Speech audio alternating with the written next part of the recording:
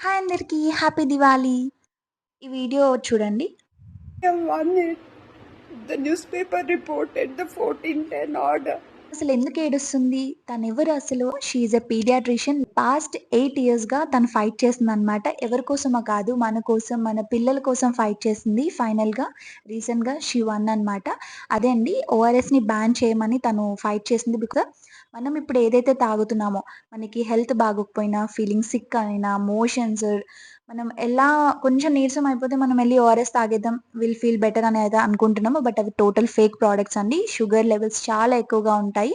అవి తాగి 14 మెంబర్స్ పిల్లలు చనిపోయారనేసి తనైతే ఓఆర్ఎస్‌ని బ్యాన్ చేయాలి. మొత్తం మార్కెట్‌లో మొత్తం ఫేక్ ప్రొడక్ట్స్ వచ్చేసాయి. యాక్చువల్లీ ఓఆర్ఎస్ ఏంటంటే నేను ఇమేజెస్‌లో ఇచ్చాను కదా! అవి డాక్టర్స్ మాక్సిమం రికమెండ్ చేసేది అదే.